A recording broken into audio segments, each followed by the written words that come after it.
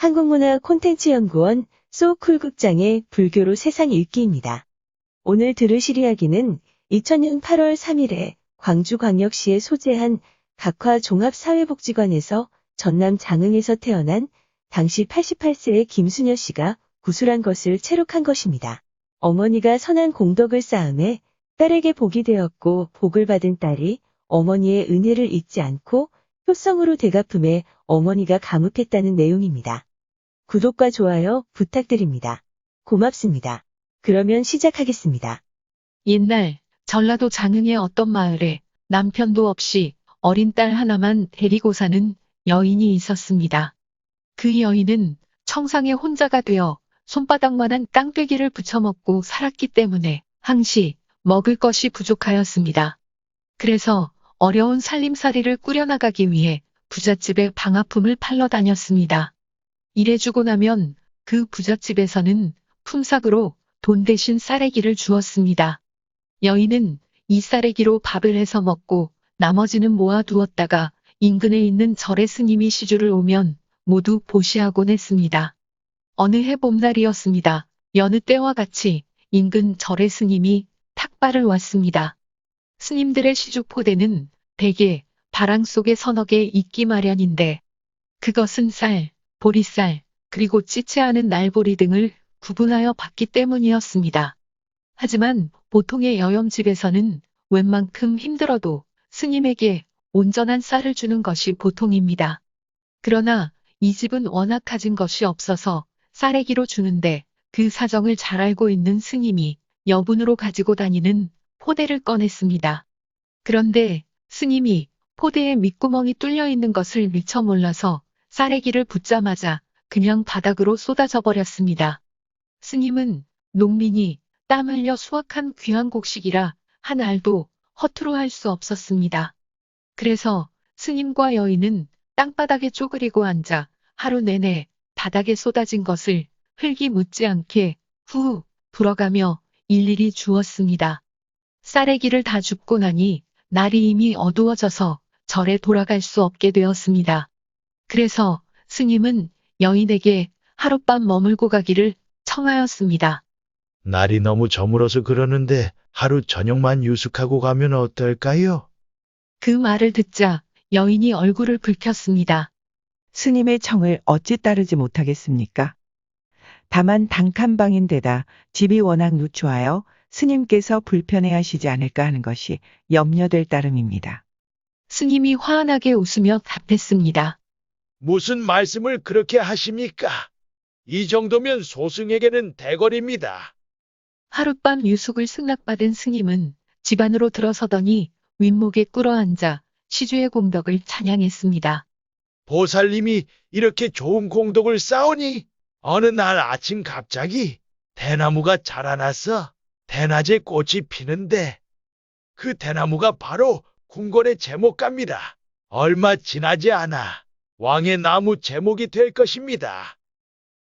스님의 말 그대로 그해 5월이 되니 이 여인의 집 부엌에서 커다란 왕대죽순이 솟아올라오는데 엄청난 속도로 자라더니 놀랍게도 한나절 만에 지붕을 뚫고 하늘 높이 뻗어 올라갔습니다. 점심 무렵이 되니 그 나뭇가지 전체에 화려한 꽃이 피었습니다. 그러더니 얼마 안 되어 꽃잎이 져서 우수수 떨어져 버렸습니다. 그 여인은 뭐가 뭔지는 모르겠지만 이 일이 분명 어떤 상서로운 조짐임에는 틀림없는 것 같아. 그 꽃잎을 비란 주머니에 담아 안방의 벽장 속에 걸어두었습니다. 그런데 세상에 비밀은 없는 모양입니다. 부처님께 독실하게 불공을 들인 한 여인의 집에 엄청나게 큰 왕대가 솟았다는 소문이 온 고을에 퍼졌습니다. 그러자 이 고을에 사는 최부자라는 사람이 거기에는 필시 무슨 사연이 담겨 있을 것이라고 여겨 분명코 복을 가져다주는 나무가 틀림없다는 확신을 가지고 이 대나무를 논 열마지기를 주고 사서는 가져갔습니다. 덕분에 여인은 방아품 팔러 다니는 일을 더는 하지 않아도 되었습니다. 어느덧 몇 년의 세월이 흘렀습니다. 어느 해 봄에 나라 방방곡곡에 커다란 방이 나붙었는데 그 내용은 다음과 같았습니다. 지금 임금님께서 심한 병을 앓고 계신데 어떠한 약을 써도 전혀 차도가 없다. 만일 임금님의 병을 낫게 하는 사람이 있다면 나라에서 큰 상을 내리겠다. 전해오는 말에 의하면 천년에 한 번씩 나타나는 왕대나무의 꽃잎을 다려서 먹으면 임금님의 병이 나을 수 있다고 한다. 왕대나무 꽃잎을 가지고 있는 사람은 꼭 연락을 주기 바란다. 한편 여인의 딸은 예쁘게 자라나서 방년 19에 고운 자태를 드러내게 되었습니다. 임금의 방을 본 모녀는 드디어 우리 집에도 뭔가 큰 영광이 찾아오는 전기가 마련되었다며 크게 고무된 마음으로 왕대나무 꽃잎이 든 주머니를 보자기에 곱게 싸들고는 한양으로 향하였습니다. 열흘 남짓 걸어서 한양의 궁궐에 당도한 모녀는 이러저러해서 여기까지 왔다고 궁궐 관리들에게 이야기했습니다. 관리들은 이제야 우리 상감마마께서 병을 고치시게 되었구나 하고 기뻐하며 내전에 이 소식을 전했습니다. 임금은 오랜만에 듣는 기쁜 소식에 무척 즐거워했습니다. 임금은 친히 이들 모녀를 궁궐 안으로 들어오게 하여 반갑게 맞이하면서 어떤 상을 받고 싶냐고 물었습니다. 여인은 공손히 절하고 나서 대답하였습니다. 저희 미천한 백성들이야 나라님의 건강이 제일 중요합니다. 그래서 왕대나무 꽃잎을 가져왔을 뿐 다른 소원은 없습니다. 그러나 황송합니다마는 꼭 하나 소원이 있다면 저에게 보시다시피 관연한 여식이 하나 있는데 하루속히 좋은 배필을 만나 가정을 차렸으면 하는 것입니다. 임금은 환하게 웃으며 말씀하셨습니다. 부모님 입장에서야 두말할 것도 없이 그것이 가장 큰 소망이겠죠. 짐이 중매를 쓰겠소. 어디 처녀의 얼굴이나 한번 봅시다. 여태껏 임금님 앞에서 고개를 숙이고 있던 처녀는 수줍음을 머금은 채로 슬며시 고개를 들어 임금님을 쳐다보았습니다.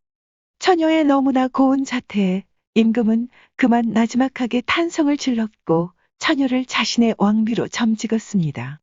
금은 보화와 비단 옷감 등 많은 선물을 하나로 안고 모녀가 집으로 돌아온 지 채 한 달도 못 되었을 때 궁궐로부터 처녀가 왕비로 결정되었으니 속히 채비를 차리어 입궐하라는 전갈이 왔습니다. 이 소식이 알려지자 우리 고장에서 국모가 탄생했다며 온 고을이 축제 분위기에 휩싸이게 되었습니다. 그러나 이들 모녀의 생각은 달랐습니다. 물론 한편으로는 고맙고 반가웠습니다. 얼마나 영광스러운 자리입니까? 그러나 다른 한편으로는 서러웠습니다.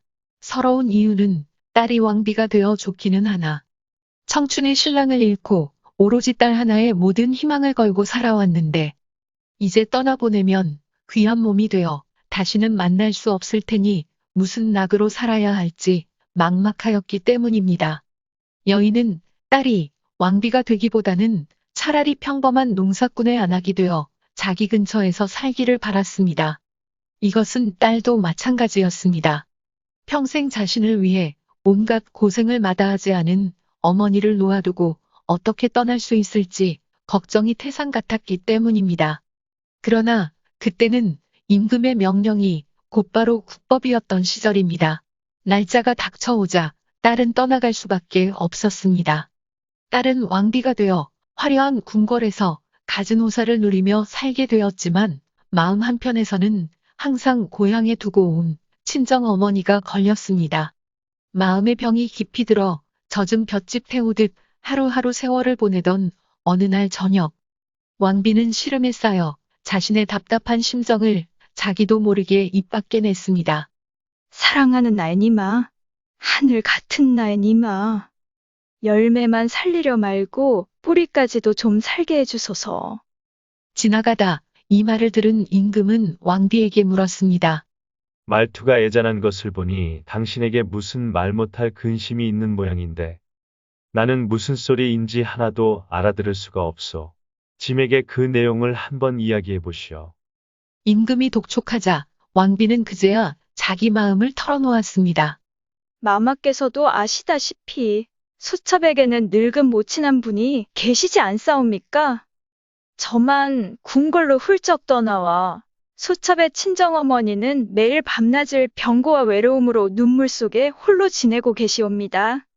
나무에 뿌리가 있어야만 튼튼한 열매가 자라날 수 있듯이 소첩이 뿌리인 모치는 모른 채하고 열매인 저 혼자만 어찌 호요식하고 지낼 수 있겠습니까? 굽어 살펴주시옵소서. 그 말을 들은 임금은 새삼 자신의 잘못을 돌아보고 왕비에게 약속했습니다. 왜 진즉 이 말을 하지 않았소? 하기는 이러한 상황을 미처 헤아리지 못한 짐의 불찰이 당신보다 100배는 더 크오. 마음속의 근심을 모두 털어버리세요. 내일 당장 궁궐 부근으로 장모님이 이사하시도록 조치하여 자주 만나 뵐 수 있도록 하겠소. 이리하여 왕비는 궁궐 인근에 친정어머니를 모셔두고 오랫동안 영화를 누리면서 잘 살았습니다. 친정어머니의 선한 공덕에 의해 딸이 발복했고 딸의 깊은 효성으로 친정어머니가 충분한 과보를 금생에 받고 감읍했다는 전남 장흥 지역의 이야기입니다. 들어주셔서 고맙습니다. 용어 해설에 올리겠습니다. 쌀래기는 부스러지거나 금이 간 쌀알입니다. 쌀알기의 방언입니다. 땅떼기는 얼마 안 되는 자그마한 땅입니다. 주로 논밭을 가리킨다고 하는군요. 가랑은 배낭 혹은 걸망입니다. 물건을 넣어서 등에 질 수 있도록 헝겊 따위로 만든 가방을 말합니다. 시주는 화주라고도 합니다. 승려나절에 물건을 베풀어주는 사람 또는 그런 일을 말합니다. 짐은 과인의 뜻입니다. 임금이 자기를 낮추어 지칭하는 말입니다. 참고 문헌 및 자료 출처 설명에 올리겠습니다. 광주광역시 북구문화원 홈피에 문화와 역사의 갈래인 전설 설화 중에서 선행으로 생긴 발복이라는 글이 원래의 텍스트입니다. 이 이야기는 2000년 8월 3일에 광주광역시에 소재한 각화 종합사회복지관에서 전남 장흥에서 태어난 당시 88세의 김수녀 씨가 구술한 것을 채록한 것입니다. 지역의 문화 일을 하며 부르는 노동요, 이야기 자료 중 비들방아를 찌으며 부르는 한평 덕산마을의 당겨주소 소리, 그리고 조선일보에서 궁궐 사진을 빌렸습니다. 네이버 블로그 은하계의 빛, 대한민국에서 대나무꽃, 국민건강보험공단이 운영하는 다음 블로그에서 죽순이 궁금해, 조선시대 화가 김홍도, 신윤복, 김준곤 그리고 김득신의 그림 몇 점과 현대화가 최봉보리의 그림 축복을 빌렸습니다. 또 핀터레스트, PNG트릭, 그리고 크라우드픽에서 사진을 빌렸습니다. 소쿨극장입니다. 다음 일요일 10시에 뵙겠습니다. 안녕히 계셔요. 고맙습니다.